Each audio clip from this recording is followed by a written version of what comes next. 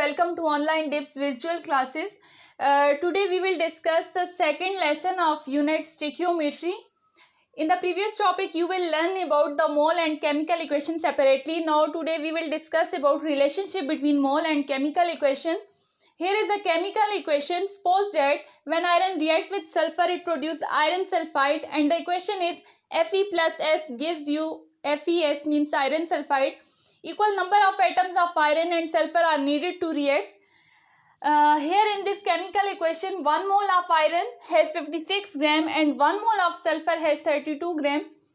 Suppose करें आपके पास एक केमिकल इक्वेशन है, जैसे कि आयरन जो रिएक्ट कर रही है सल्फर के साथ और आपको ये क्या प्रोडक्ट क्या दे रहा है, iron sulphide. Number of atoms की बात करें तो आयरन के एक एटम है, सल्फर का भी एक एटम है और ये आपको एक कंपाउंड दे रहे हैं, कंबाइन होके आपको कंपाउंड दे रहे हैं, that is iron sulphide. Number of moles की बात करें तो 1 मोल ऑफ आयरन है जो रिएक्ट कर रहा है 1 मोल ऑफ सल्फर के साथ और ये आपको दे रहे हैं 1 mole of iron sulphide. Mass iron का 56 ग्राम, सल्फर का 32 ग्राम और कंबाइनली जब रिएक्ट करेंगे तो ये आपको क्या देंगे, 88 ग्राम. There are various ways of doing these calculations because quantity can be expressed either in moles or in mass unit. अब यहाँ पे कहते हैं कि बहुत से वेज हैं जिनसे आप जो है इन कैलकुलेशंस को कैलकुलेट कर सकते हैं. कौन सी कैलकुलेशंस को, प्रीवियस लेक्चर में मैंने आपको बताया था कि कुछ ऐसी कैलकुलेशंस हैं, कुछ ऐसे रिलेशनशिप्स हैं जो स्टिक्योमेट्री पे बेस्ड करते हैं. वहाँ पे आपने पढ़ा था मोल था, मोल मैस वॉल्यूम. उन रिलेशंस को कैलकुलेट करने के लिए आप कुछ वेज को यूज़ करते हैं, कुछ स्टेप्स को यूज़ करते हैं. तो यहाँ पे देखें कुछ स्टेप्स हैं उन कैलकुलेशंस को या उन रिलेशनशिप्स को फाइंड करने के लिए. ये कैलकुलेशन है. अब नंबर फर्स्ट स्टेप क्या है, right correct and balance chemical equation. जब भी आप इस तरह के किसी रिलेशनशिप को फाइंड करते हैं तो आप क्या करते हैं कि केमिकल इक्वेशन को करेक्ट और बैलेंस लिखते हैं. मीन्स कि आपके पास जो केमिकल इक्वेशन है जिससे आप इन रिलेशनशिप को कैलकुलेट कर रहे हैं वो करेक्ट भी होनी चाहिए और बैलेंस भी होनी चाहिए. सेकंड क्या है, convert mass of given substance into moles by dividing with molar mass. अगर आप किसी सब्सटेंस का मास फाइंड कर रहे हैं, अगर आप किसी सब्सटेंस को उनके मोल्स फाइंड कर रहे हैं तो आप मास को, जो आपको गिवन मास होगा उसको डिवाइड कर दें उस सब्सटेंस के मोलर मास से, तो आपके पास नंबर ऑफ मोल्स आ जाएंगे. थर्ड स्टेप है calculate moles of required substance using their coefficient in balance chemical equation. Third step क्या है कि जो आपके पास बैलेंस केमिकल इक्वेशन है उसके जो कोफिशिएंट्स हैं आप उनको कंपेयर करके नंबर ऑफ मोल्स फाइंड कर सकते हैं. लास्ट क्या है, convert moles of required substance into mass. आपने कोफिशिएंट को कंपेयर कर दिया, कोफिशिएंट को कंपेयर करने के बाद जो आपके पास नंबर ऑफ मोल्स आ गए रिक्वायर्ड सब्सटेंस की, जो सब्सटेंस आपको रिक्वायर्ड था उन मोल्स को आप मास में मास में कन्वर्ट कर सकते हैं. उन मोल से आप उस सब्सटेंस का मास इजीली कैलकुलेट कर सकते हैं.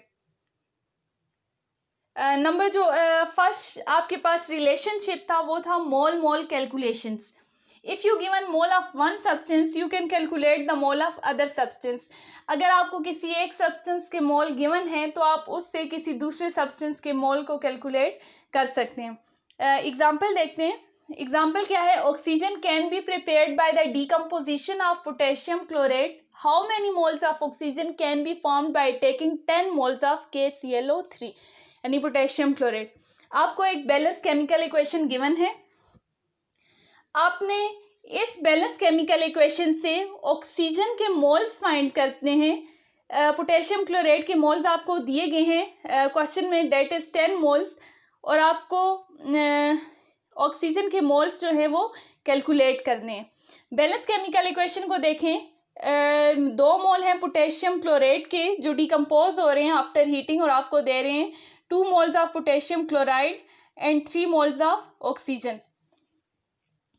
नंबर ऑफ मोल्स को कैलकुलेट करने के लिए जो सबसे पहला स्टेप है वो क्या करते हैं, आप बैलेंस केमिकल इक्वेशन से उन 2 रिएजेंट्स को लेते हैं, चाहे वो रिएक्टेंट में है या प्रोडक्ट में है, उन 2 सब्सटेंसेस को लेते हैं और उनके मोल्स को कंपेयर करते हैं जो आपके पास क्वेश्चन में गिवन होते हैं. क्वेश्चन में 2 जो सब्सटेंस है उनकी बात की गई है, एक है ऑक्सीजन का मॉलिक्यूल और दूसरा है potassium chlorate. Balance chemical equation से आप पहले पोटेशियम क्लोरेट के मोल्स देखें, 2 मोल्स ऑफ KClO3. ये बैलेंस केमिकल इक्वेशन में आपको गिवन है और ऑक्सीजन के राइट हैंड साइड पे देखें, ऑक्सीजन के मोल्स आपको गिवन है 3 मोल्स ऑफ ऑक्सीजन। ये आपके पास बैलेंस केमिकल इक्वेशन में आपको चाहिए 1 मोल ऑफ पोटेशियम क्लोराइड। तो 1 मोल ऑफ पोटेशियम क्लोराइड को फाइंड करने के लिए आप 2 को बोथ साइड पे डिवाइड कर देते हैं। 1 मोल ऑफ पोटेशियम क्लोराइड आपके पास आ जाएगा 3/2 मोल ऑफ ऑक्सीजन। अब जो आपको क्वेश्चन में मोल्स गिवन थे पोटेशियम क्लोराइड के कितने मोल्स थे, 10 मोल्स आपको गिवन थे। आप इस 1 को यानी बोथ साइड को आप मल्टीप्लाई कर देंगे 10 से। इस साइड पे आपने मल्टीप्लाई कर दिया 10 मोल्स ऑफ पोटेशियम क्लोराइड, ठीक है। दूसरी साइड पे भी आप मल्टीप्लाई कर दें 3/2 मल्टीप्लाई बाय 10। ये यहाँ से इसको कैलकुलेट करें, मल्टीप्लाई करके डिवाइड करें तो आपके पास आ जाएगा 15 moles of oxygen. It means कि अगर आप 10 मोल्स ऑफ पोटेशियम क्लोराइड को यूज कर रहे हो तो वो आपको 15 मोल्स ऑफ ऑक्सीजन देगा। नेक्स्ट आपके पास मोल मास कन्वर्जन। अब इसमें आप पढ़ते हैं कि आप मोल से मास को कैसे कैलकुलेट करते हैं। If you are given the mole of one substance you can calculate the mass of other. अगर आपको किसी सब्सटेंस के मोल गिवन है तो आप उससे इजीली किसी दूसरे सब्सटेंस का मास कैलकुलेट कर सकते हैं। बाकी जो इसमें एक स्टेप है वो एज इट इज जो प्रीवियस क्वेश्चन में आपने किया वैसे ही है, लेकिन एक एक्स्ट्रा स्टेप आप ऐड करते हैं, या फिर आप स्टार्ट में उस स्टेप को ऐड करेंगे या फिर आप एट द एंड उस स्टेप को ऐड करेंगे। एग्जाम्पल देखते हैं। How many grams of CO2 can be produced by thermally decomposing 8.8 moles of ZnCO3? Question में देखें तो आपको एक चीज गिवन है 8.8 मोल्स ऑफ ZnCO3 और आपसे पूछा क्या है ग्राम्स ऑफ CO2। मीन्स कि आपसे मैस पूछा गया है और आपको मोल्स गिवन किए गए हैं। इक्वेशन देखें, ZnCO3 जब डिकम्पोज हो रहे हैं तो इसने आपको दे दिया ZnO प्लस CO2। आपसे मैंने कहा था कि जो क्वेश्चन में दो जो आपको सब्सटेंस दिए जाते हैं या दो एलिमेंट्स जो भी हैं दो जो कंपाउंड है जो दिए जाते हैं आपने उनके मोल्स को देखना है। क्वेश्चन में आपके पास दो चीज़ें हैं, एक CO2 है और दूसरा ZnCO3 है। इट मीन्स कि आप इन दोनों के मोल्स के कोफिशिएंट्स को कंपेयर करेंगे बैलेंस केमिकल इक्वेशन से। 1 मोल ऑफ CO3 है बैलेंस केमिकल इक्वेशन में और कार्बन डाइऑक्साइड का भी कितना है 1 मोल है। 8.8 मोल्स ऑफ ZnCO3 से कितने मोल्स आपके पास आएंगे CO2 के, तो आप बोथ साइड को मल्टीप्लाई कर देंगे 8.8 से। जब आपने बोथ साइड को मल्टीप्लाई किया 8.8 से तो आपके पास 8.8 मोल ऑफ ZnCO3 देते हैं 8.8 mole of carbon dioxide. Question में देखें, अब यहाँ पे आपको मोल्स नहीं चाहिए कार्बन डाइऑक्साइड के, आपको मास चाहिए कार्बन डाइऑक्साइड का।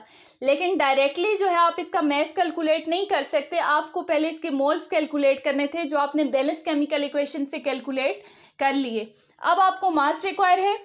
फार्मूला देखें, नंबर ऑफ मोल्स जो है वो बराबर होता है mass in gram divided by molar mass.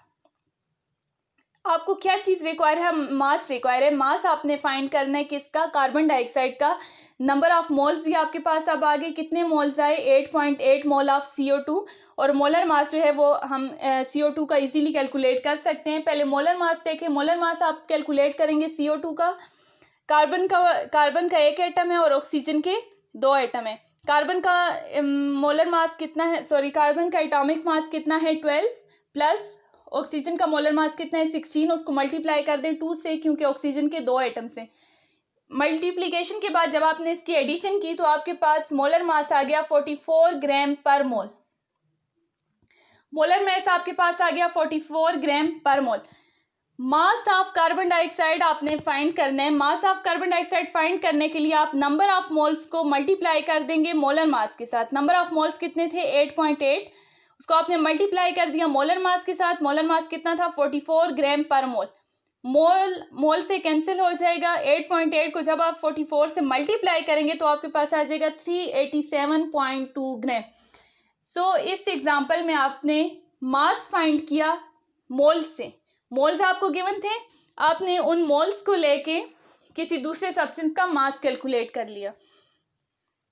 Next आपके पास एक और एग्जांपल है। याद रखें आपने ये चीज़ पढ़ी है कि आप एक एक्स्ट्रा स्टेप ऐड करते हैं मास को कैलकुलेट करने के लिए।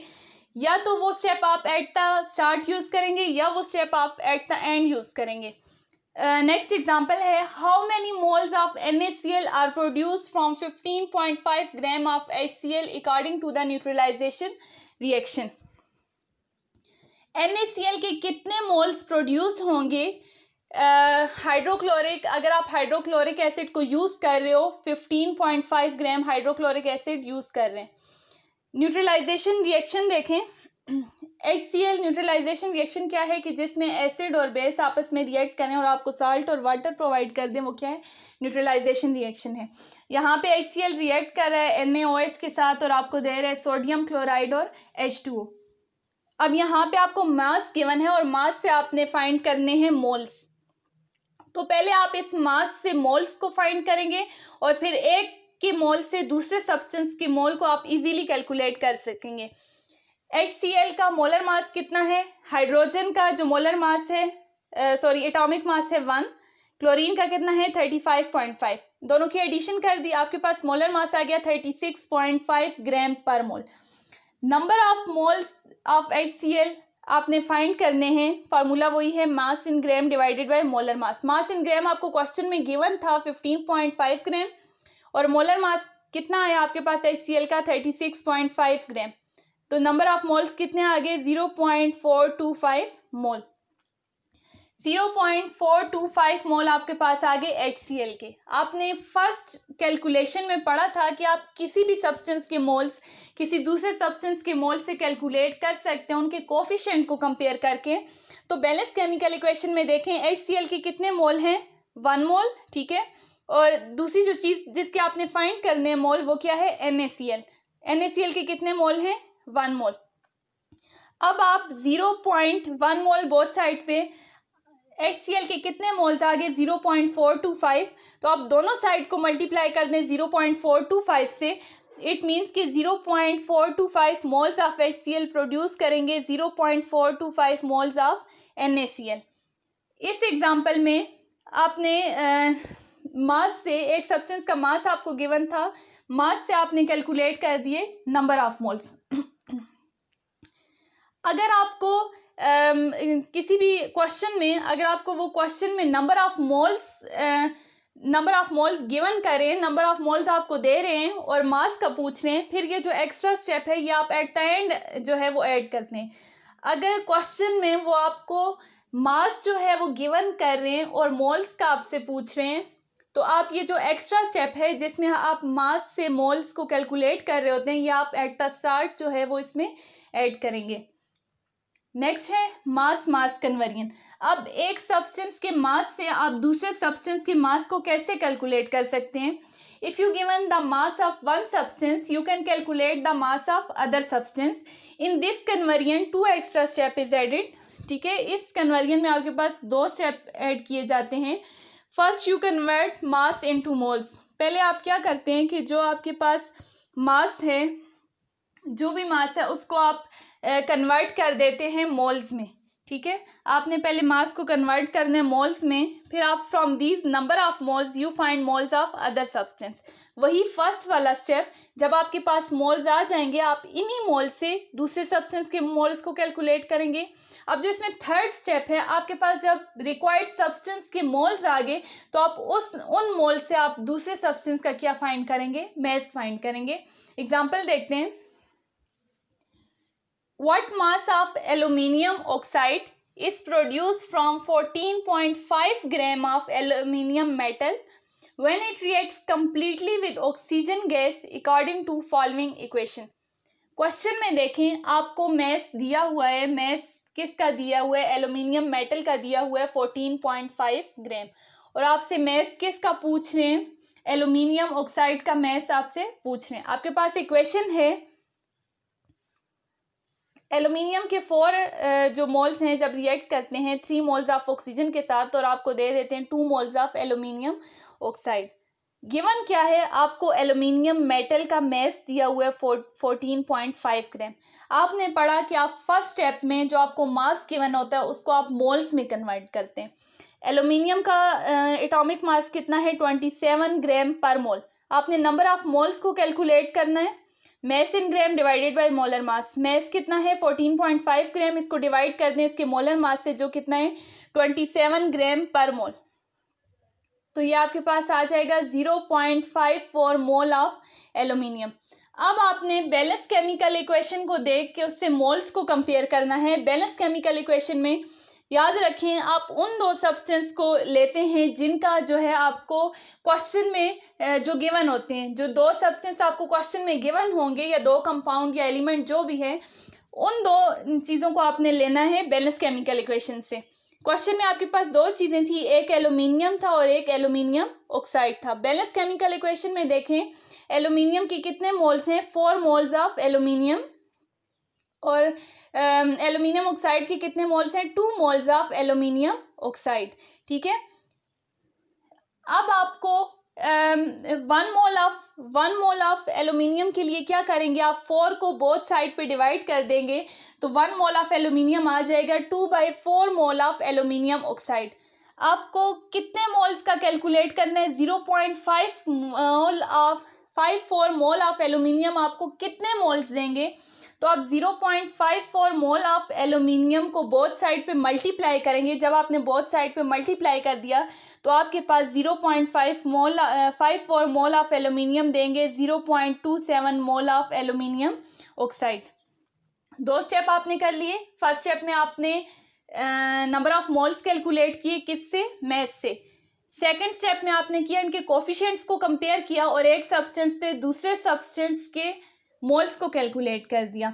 लास्ट स्टेप क्या है, लास्ट स्टेप में आप क्या करेंगे कि जो आपके पास नंबर ऑफ मोल्स आए हैं, जो नंबर ऑफ मोल्स हैं, आप उन नंबर ऑफ मोल्स से क्या करेंगे, एल्यूमिनियम ऑक्साइड का मास फाइंड करेंगे। सबसे पहले आपने मोलर मास फाइंड करना है एल्यूमिनियम ऑक्साइड का, 2Al+3 मीन्स के 2 एटम किसके हैं, एल्यूमिनियम के, और 3 एटम्स हैं ऑक्सीजन के। एल्यूमिनियम का मोलर मास है 27, इसको आप 2 से मल्टीप्लाई कर देंगे, और ऑक्सीजन का मोलर मास है 16, सॉरी एटॉमिक मास है, इसको आप 3 से मल्टीप्लाई कर देंगे। जब आपने इनको मल्टीप्लाई करके एडिशन इनकी की तो आपके पास मोलर मास आ गया 102 ग्राम पर मोल। मास आपको फाइंड करना है एल्यूमिनियम ऑक्साइड का। मास ऑफ एल्यूमिनियम ऑक्साइड को फाइंड करने के लिए फार्मूला है आपके पास moles multiply by molar mass. Mole कितने हैं, 0.27 मोल। जब आप इनको मल्टीप्लाई कर देंगे इसके मोलर मास से 102 ग्राम पर मोल के साथ, मोल मोल कैंसिल हो जाएगा और 0.27 को आपने जब 102 से मल्टीप्लाई कर दिया तो आपके पास आ जाएगा 27.54 ग्राम। तो इस एग्जाम्पल में आपको गिवन क्या था, मास गिवन था, और आपने उसी मास से क्या फाइंड किया, दूसरे सब्सटेंस का मास फाइंड किया। मीन्स के मास मास कन्वर्जन में आप एक सब्सटेंस का मास फाइंड करते हो किसी दूसरे सब्सटेंस के मास से, और इसके लिए आपको 3 स्टेप्स रिक्वायर होते हैं। फर्स्ट स्टेप में आप फर्स्ट स्टेप में आप नंबर ऑफ मोल्स कैलकुलेट करते हैं एक सब्सटेंस के जिसका मास आपको गिवन है। सेकंड में आप नंबर ऑफ मोल्स से दूसरे सब्सटेंस के नंबर ऑफ मोल्स फाइंड करते हैं उनके कोफिशिएंट को कंपेयर करके, और थर्ड में आप क्या करते हैं, जो आपके पास नंबर ऑफ मोल्स आ जाते हैं दूसरे सब्सटेंस के, जो नंबर ऑफ मोल्स आते हैं उनसे आप क्या करते हैं, नंबर ऑफ मोल्स से आप दूसरे सब्सटेंस का मास कैलकुलेट कर सकते हैं। I hope you will understand better. Thanks for watching.